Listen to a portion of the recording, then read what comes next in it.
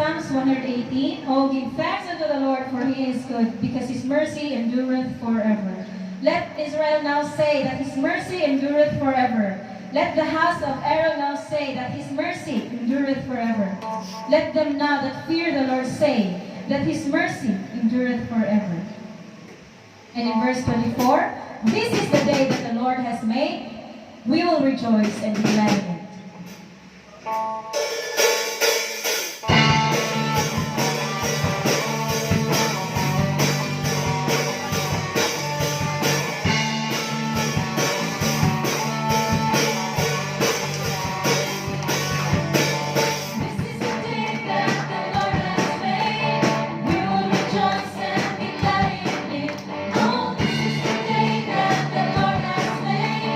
We will rejoice and be glad in it.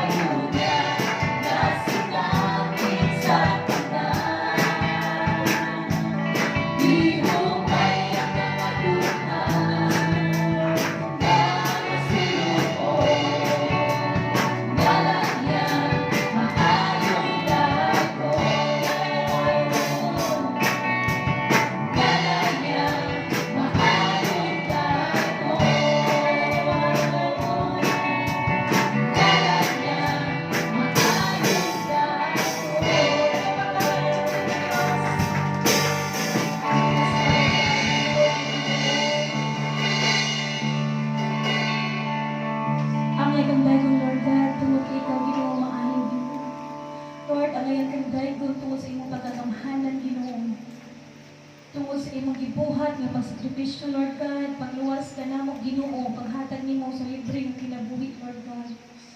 Salamat Ginoo sa imong basa Ginoo. Nga mga hinungdan nga niya kami karon Ginoo. Tungod kinakahibaw mi Ginoo. Mga pagdayeg o mga pagpasalamat. Makahatag ng kalipay kanimo Lord God. Salamat Ginoo. Na ikaw Ginoo ang tighupay sa panahon sa mga kagulaan ng Ginoo. Salamat Ginoo sa mga panginahanlan ikaw nag-isipay Father God. Salamat Ginoo sa proteksyon ng mga ihatag kada adlaw. Salamat Lord God bisan pa man sa hangin Ginoo. Na libre na Ginoo. Salamat sa kinabuhi Diyos. Yes, Father God. Thankful ko Diyos. Salamat sa imong hukma. Na walay kausahan.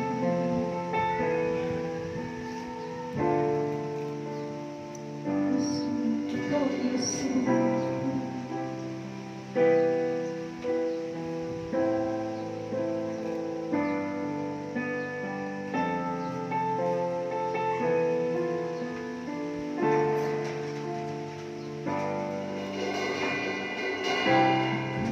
Ang Diyos sa guma, umanuloy-on ka.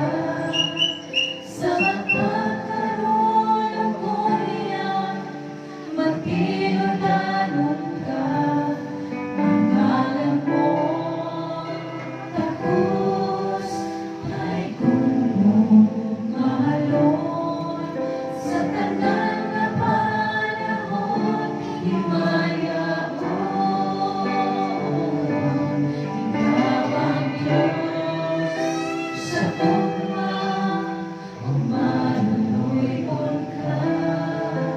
Sa magkakaroon ng kuliyan, magkinudanon ka.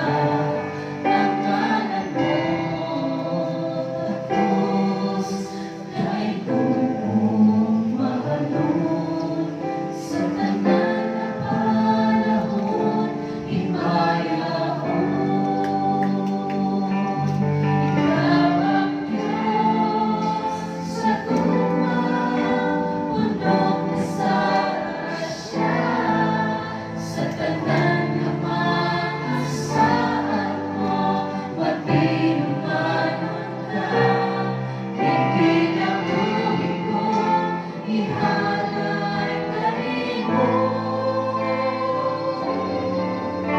Simbahan ka, tempuhan ka, ikaw na yun, walang nailaypan.